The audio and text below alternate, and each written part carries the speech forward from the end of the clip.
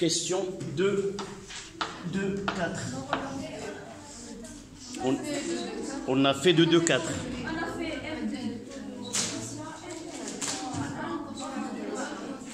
Oui, donc on passe à 2, 3.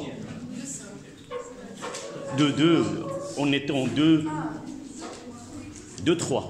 D'accord. Donc la question 224 a été traitée. Avez-vous fait le reste de l'exercice?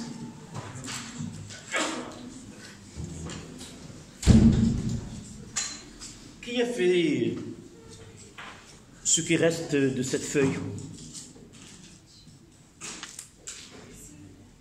J'achèterai cette tentation avec 2 points au prochain devoir.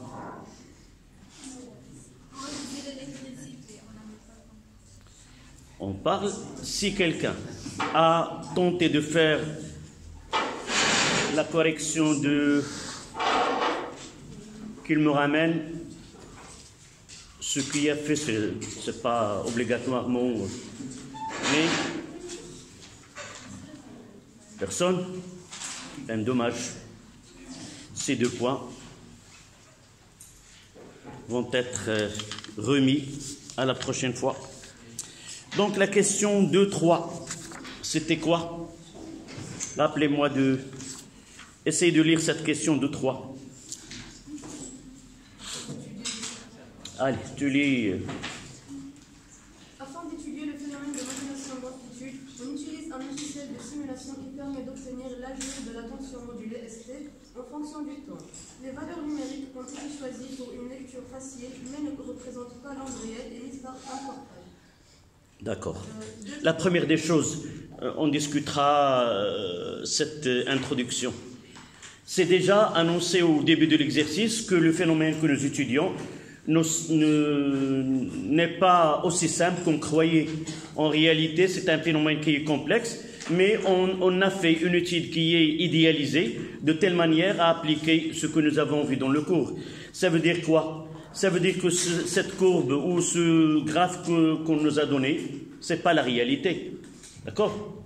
On verra peut-être dans un devoir à la maison, par la suite, un enregistrement d'une voix ou comment il est sur un schéma. D'accord? Oui, tu continues maintenant. 2, 3, 1. Déterminer la fréquence FP de la porteuse utilisée par la simulation. 2, 3, 1, on demande la fréquence FP. C'est 2, 3, 1, FP. C'est par la méthode graphique. Comment on détermine ce FP? Nous avons déjà traité un exercice où on essaie de maîtriser comment travailler sur des courbes et lire des chiffres ou des grandeurs physiques. Si vous essayez de voir TP sur ce schéma-là, mademoiselle, tu laisses la discussion par la suite, à moins s'il est urgente, on arrêtera à ce que tu... D'accord? Sur le schéma, est-ce que vous pouvez déterminer TP d'une façon TP sur le schéma? Non, comment? En réalité, entre 2 pics, est-ce que la lecture directe de TP est facile? Comment? Essaie de voir sur le schéma. Lorsque tu fais la projection, tu n'auras pas l'échelle, nous avons des divisions. Et par la suite, jamais n'essayer de déterminer le TP à partir de sa valeur comme il est. Nous avons donné une formule dans le cours qui facilite ce calcul entre TP et TS. Mais nous essayons, pour calculer TP, on va essayer de prendre un intervalle de temps où il y a un plus grand nombre de périodes, afin que l'erreur de lecture, si on prend 20, si on divise par 20, par exemple, on prend un intervalle delta de t qui est égal à 20 TP, vous voyez que TP est égal à delta de t sur 20. Si nous commettons une erreur sur la lecture de delta de t, on aura cette erreur divisée par 20. Et par la suite, l'erreur, elle est minime. Donc, n'essayez jamais de faire un effort de lire TP d'une façon directe. Essayez de prendre un intervalle aussi grand que possible, de telle façon à avoir un nombre entier de périodes. Essayez de choisir TM.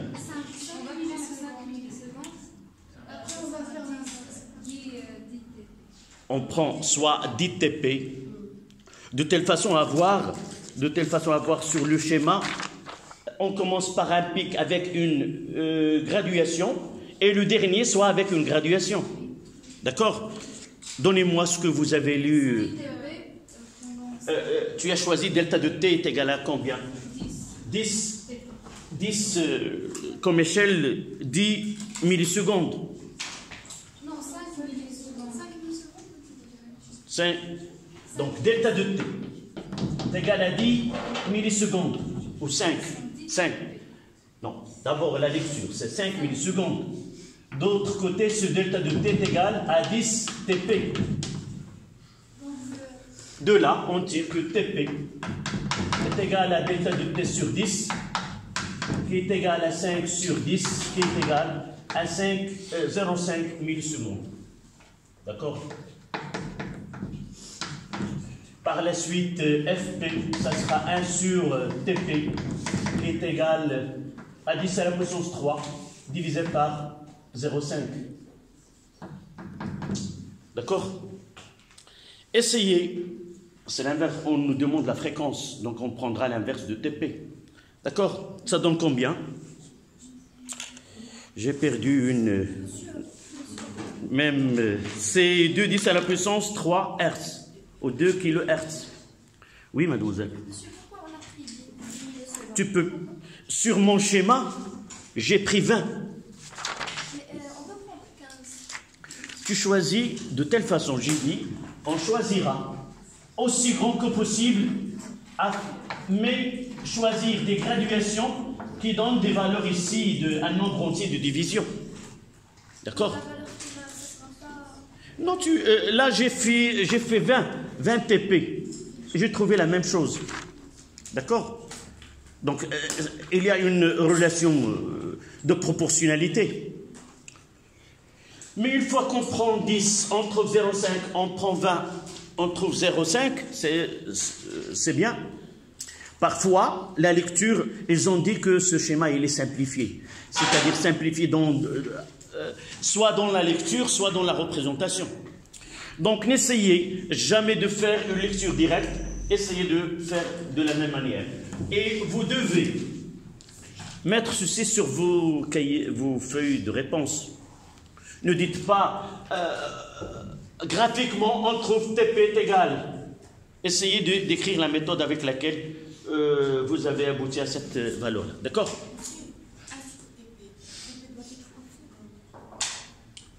Non, j'ai déjà converti là.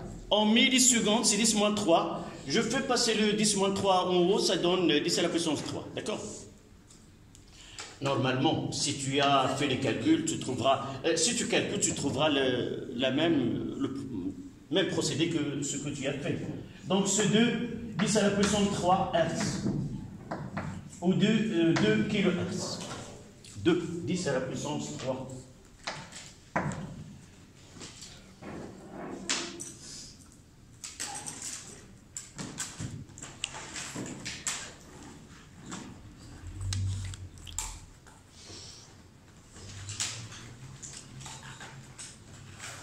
Ils nous ont demandé en 231, c'était la FP, et 232,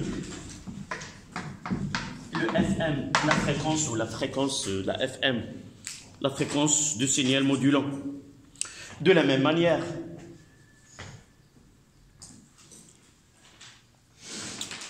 si vous trouvez... Elle est claire, donc ce n'est pas la peine de prendre un multiple. Et ça donne combien? 5 millisecondes. Donc, la lecture de T, parce qu'il est grand, c'est facile à le lire. Donc, graphiquement, je préfère bien que votre réponse soit de cette manière. Je découpe le schéma. Je fais représenter TP, TS comme ils sont. La lecture en stylo vert. Et je la colle avec la feuille de réponse. D'accord?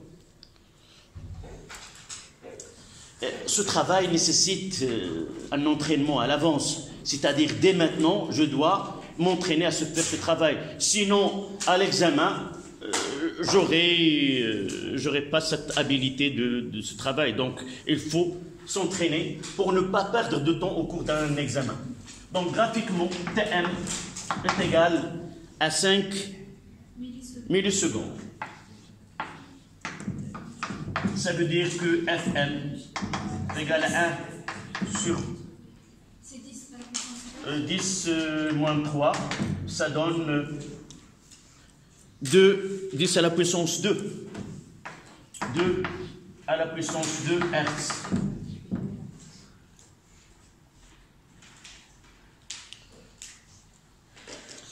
Et nous avons dit dans le cours, généralement on accepte que le phénomène se produit lorsque entre les deux il y a un coefficient de 10.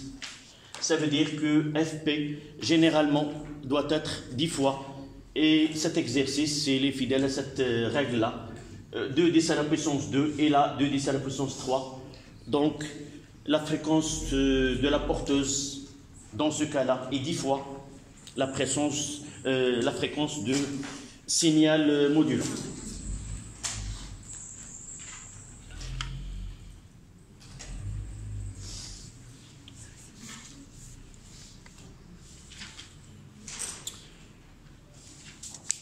La question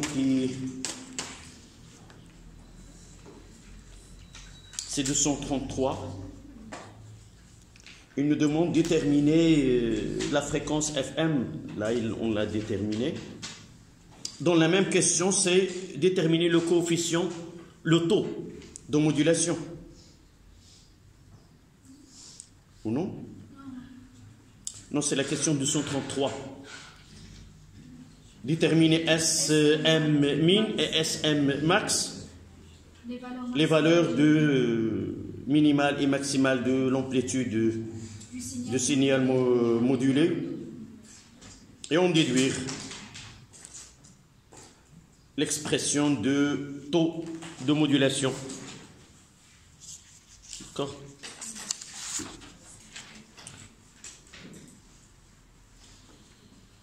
Ça, c'est la question 233.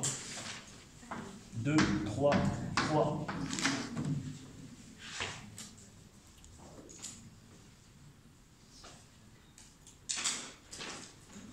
Donc ça, nous l'avons déjà traité. Vous l'avez déjà copié.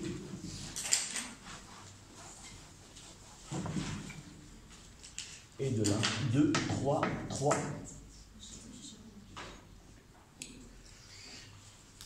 Est-ce que nous ont demandé d'établir cette relation-là de SM? C'est pas demandé ou ils ont donné cette relation qui est applicable sans qu'il soit démontré? Oui. On va essayer de déterminer, nous ne l'avons pas fait dans le cours, établir cette expression de M. D'accord? Nous avons déjà abouti à l'équation de SM. Donnez-moi, si nous l'avons, SM est égal à quoi? C'est A, M, cosinus de 2pi, FPT, plus 1, FM. Oui, c'est l'amplitude en modulation. C'est l'amplitude de la fonction modulée. Donc, déterminez S max. SM max. Ça, c'est une amplitude. Sa valeur varie avec le temps. On trouve le temps dans le cosinus de PFMT. Donc cette expression elle est maximale. Là c'est une constante et là c'est 1. Pour qu'il soit maximal, il faut que le cosinus soit égal à 1. D'accord? Donc on aura 1 fois m plus 1. Si nous essayons d'arriver à S min, c'est égal à quoi? Là c'est Moselle. C'est clair? C'est clair comment on a établi? Là, la seule valeur, la seule grande qui varie, c'est le cosinus de tel. Le cosinus, c'est les compris entre moins 1 et plus 1. Donc, nous avons la valeur maximale, c'est plus 1. Et là, la valeur minimale, ça sera moins 1. Donc, A fois 1 moins M. D'accord? Donc, pour arriver à M, il suffit, là c'est l'expression 1 et là c'est 2. On mettra 2 à 1 sur 2 qui est égal à m plus 1 sur 1 moins m. Le produit des moyens est égal au produit des extrêmes. Donc on aura Sm, il faut mettre S max. Là c'est S max. Je mettrai là est égal à Sm max sur Sm min. Donc j'aurai m plus 1 fois Sm min est égal à 1 moins m fois, je mettrai les parenthèses avant, fois Sm max. Donc je mettrai m en facteur. Ça c'est Sm min. Là c'est moins S max, donc de l'autre côté ça donne plus Sm max. Et ça reste ici Sm max. Et là c'est plus, il devient de l'autre côté moins Sm min. On divise, comme vous venez de dire. Et ça donne l'expression. Généralement on demande dans un exercice, montrer que ou établir cette expression-là. Donc m est égal à Sm min max moins Sm min le tout sur Sm max plus Sm min. Voilà. Si on nous demande d'établir cette expression, mais c'est les données. Nous n'avons qu'à lire S max et S min et l'appliquer.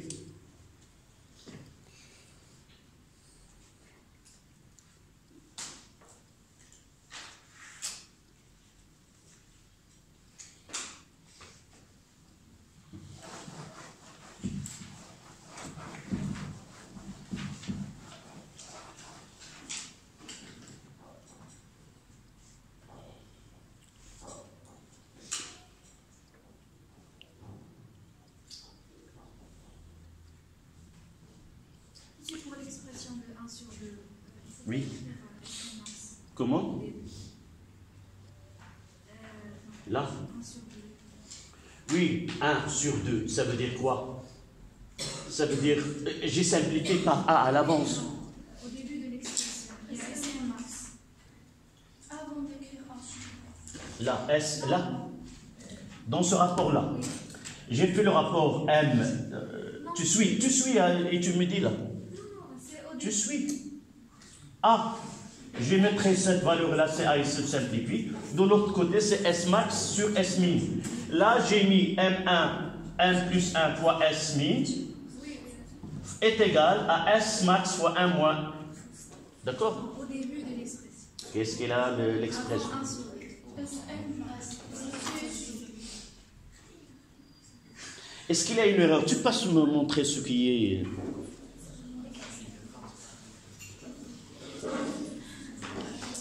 Au lieu de parler de loin, voilà. Tu prends de la craie rouge. Non, là. Ah oui. Il faut suivre que par la suite, il n'apparaîtra pas. J'ai voulu écrire là, mais j'ai arrêté l'écriture. En réalité, je voulais écrire là, mais je l'ai transporté de l'autre côté. D'accord? Mais celle-là n'a pas affecté ce qui se trouve au-dessous. Vous êtes assez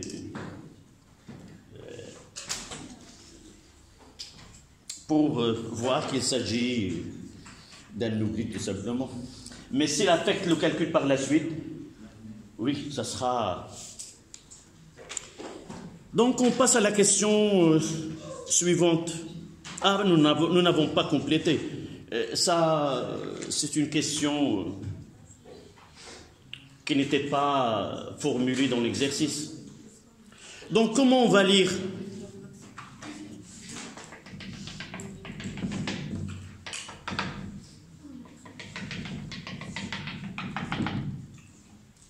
Vous avez devant vous le graphe. Essayez avec une règle et un stylo tracer une droite qui passe par les SM max et une autre qui passe par les SM min. Là, c'est déjà comment? C'est déjà tracé sur le fond de... Oui. Sur mon tableau, j'ai pas cette... voilà. Et je vais essayer de mettre le 0 là, afin de lire correctement. Là, c'est l'axe des temps. Et là, c'est l'axe des tensions. Donc là, ça sera S max. De là à là. De la craie jaune. Là, c'est S. M max. D'accord? Et ici, ça sera S min.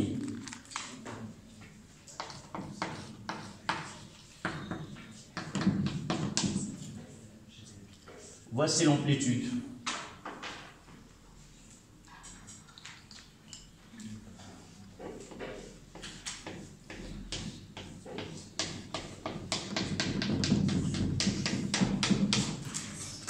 En réalité, voilà.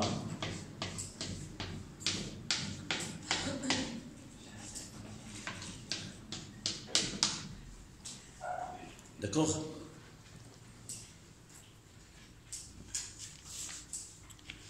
Dites-moi ces valeurs que vous avez trouvées. Combien? C'est 9 pour SM max. Vous avez lu tous ce SM max est égal à 9 volts. Et le S min, c'est 6 volts. Donc Sn min, c'est 6 volts.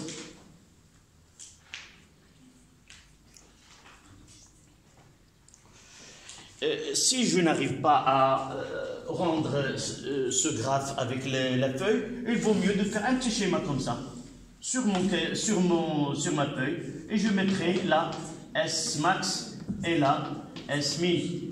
D'accord? Un petit schéma explicatif, comment j'ai procédé afin de lire les valeurs de S max et de S min.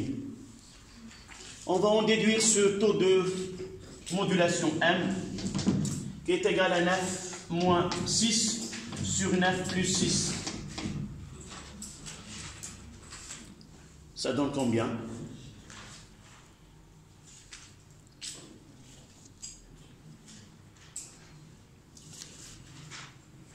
C'est 0,2.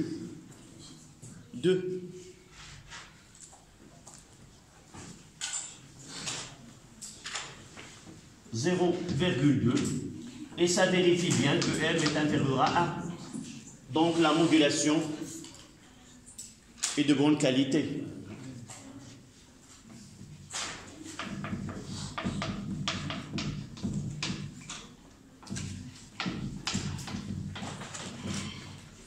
modulation de bonne qualité.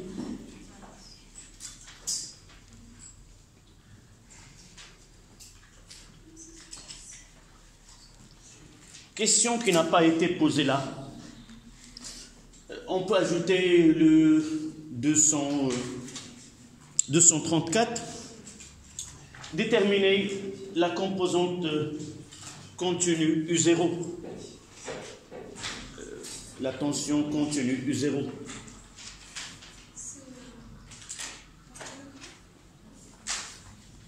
Oui. C'est la tension avec laquelle on fait glisser le S de T. Mais pratiquement là, comment je dois déterminer U0? Graphiquement, oui.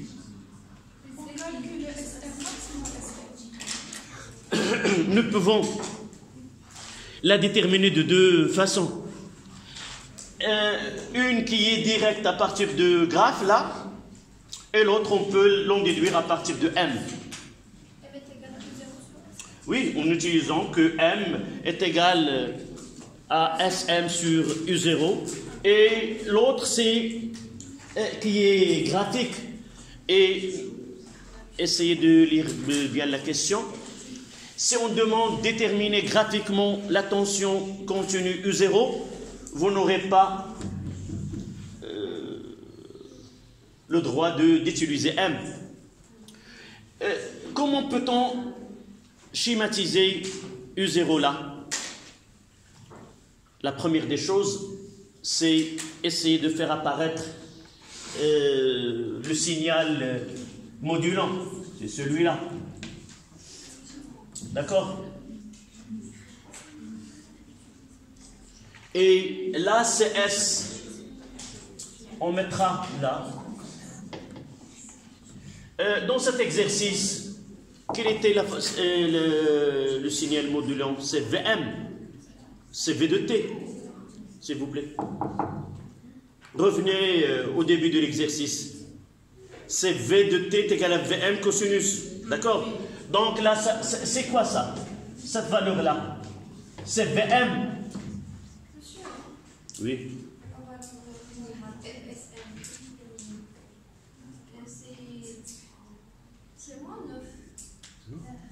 Où est le 0?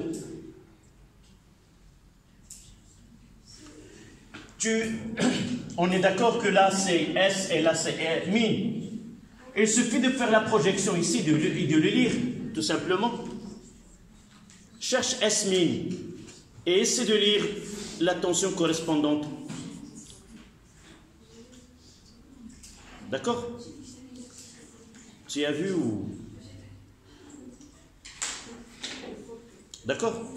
Non, non, je vois que uniquement tu fais passer... Oui, oui. Voici les valeurs négatives. Voici les valeurs positives. Là, c'est S max. Je fais la projection, j'ai les 9. C'est pour cela, j'ai dit, il vaut mieux de tracer en trait continu ce S... l'amplitude maximale de l'onde modulante. D'accord? Pardon, l'onde modulée. Donc on passe à la question là. Normalement, avant de glisser S de T, là c'est V. Dans cet exercice, V de T. C'est le signal modulant. Normalement, c'est un signal qui est sinusoïdal. Il y a des valeurs positives et des valeurs négatives. Si on fait le revenir là, le glissement a été de cette valeur-là. Voilà.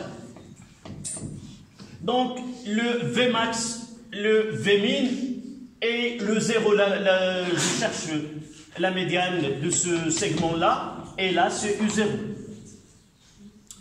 Comme si, en réalité, nous l'avons comme ça, et nous l'avons glissé vers le haut. Là, c'est le 0. Et il est glissé de là à là. Donc, U0. D'accord? Essayez de lire U0. Combien?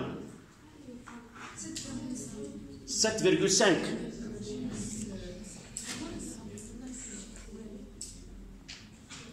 Donc nous pouvons là, de là à là c'est 9, de là à là c'est 6. 9 moins 6 c'est 3. Donc 7,5. D'accord. Donc là, U0 est égal 7,5 volts. Essayons de lire VM. Combien VM? On va voir. Ce calcul que tu as fait, ça donnera combien le VM. Non, vous allez la lire sur le... Vous allez lire cet intervalle-là, vous le divisez par 2. Combien? 1,5. Donc, c'est VM. Donc, ça sera 9 moins 6, c'est 3, divisé par 2, c'est 1,5. VM, c'est 1,5 volts. On doit faire la division. M est égal à VM sur U0. Et ça donne combien? 0. Vous dites 0,2. Tu prends ta calculatrice ou je prendrai la mienne. On va faire le calcul. C'est 0,2. D'accord? Voilà. Là, nous avons deux façons de faire le calcul. Cette question n'est pas prévue ni dans l'exercice, juste en voyant généralement dans nos exercices. Ça, c'est un exercice pour des élèves français. C'est rare qu'on leur demande d'établir des expressions mathématiques qui sont difficiles. Mais pour nous, Marocains, surtout les profs de physique, elle aime bien que les questions soient un peu musclées. Il faut avoir ça. Sûrement, vous avez vu dans des exercices, on donne des exercices très simples. Et dans l'examen, on donne quelque chose qui est... Si. Essayez de revoir. La prochaine fois, je vous donnerai des exercices comme ils sont donnés. On verra. Si tu n'as pas encore vu la partie des ondes de modulation et de modulation, on verra par la suite. D'accord? Même, il y a un exercice sur le portable. C'est presque le même. On verra par la suite. Mais pour nous, d'une façon générale, on doit travailler dans un climat où on doit s'attendre à tout. Si on pense on ne donne pas ça en examen, on ne donne pas ça en examen, on ne fera rien. On finira par faire des applications directes. L'essentiel, vous devez être capable de surmonter tous les types de questions. Surtout, vous avez cette habilité. D'accord? Ça, c'était il nous reste la dernière partie qui est la réception d'une onde électromagnétique et sa démodulation. Ce schéma, peut-être ils nous ont donné ce schéma. Nous l'avons traité dans le cours, c'est presque la même. Donc on répond aux questions 3.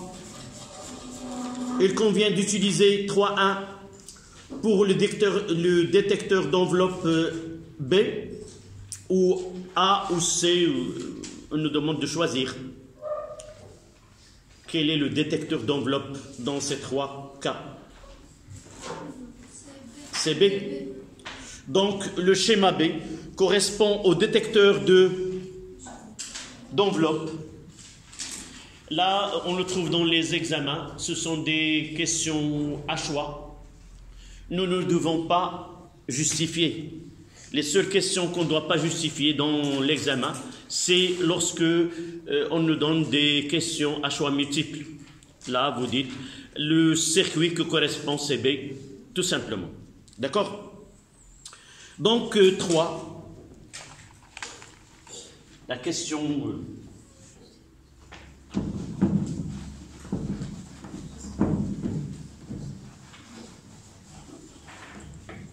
3.1.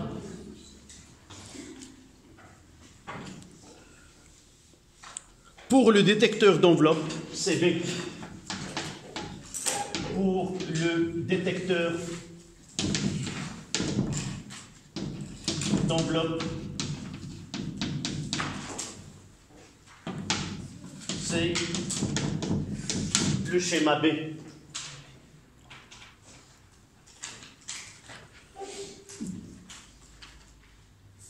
La dernière question. Le filtre passe O. C'est C. Le filtre passe O. 3, 2. Le schéma C qui est... Je le fais, mais ce n'est pas demandé.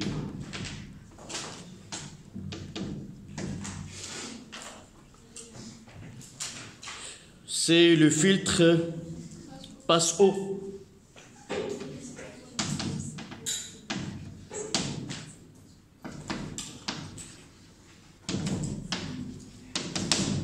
Filtre passe haut qui fait passer le signal modulant et bloque la tension U0. Voilà cet exercice. Ce qui reste de cet exercice.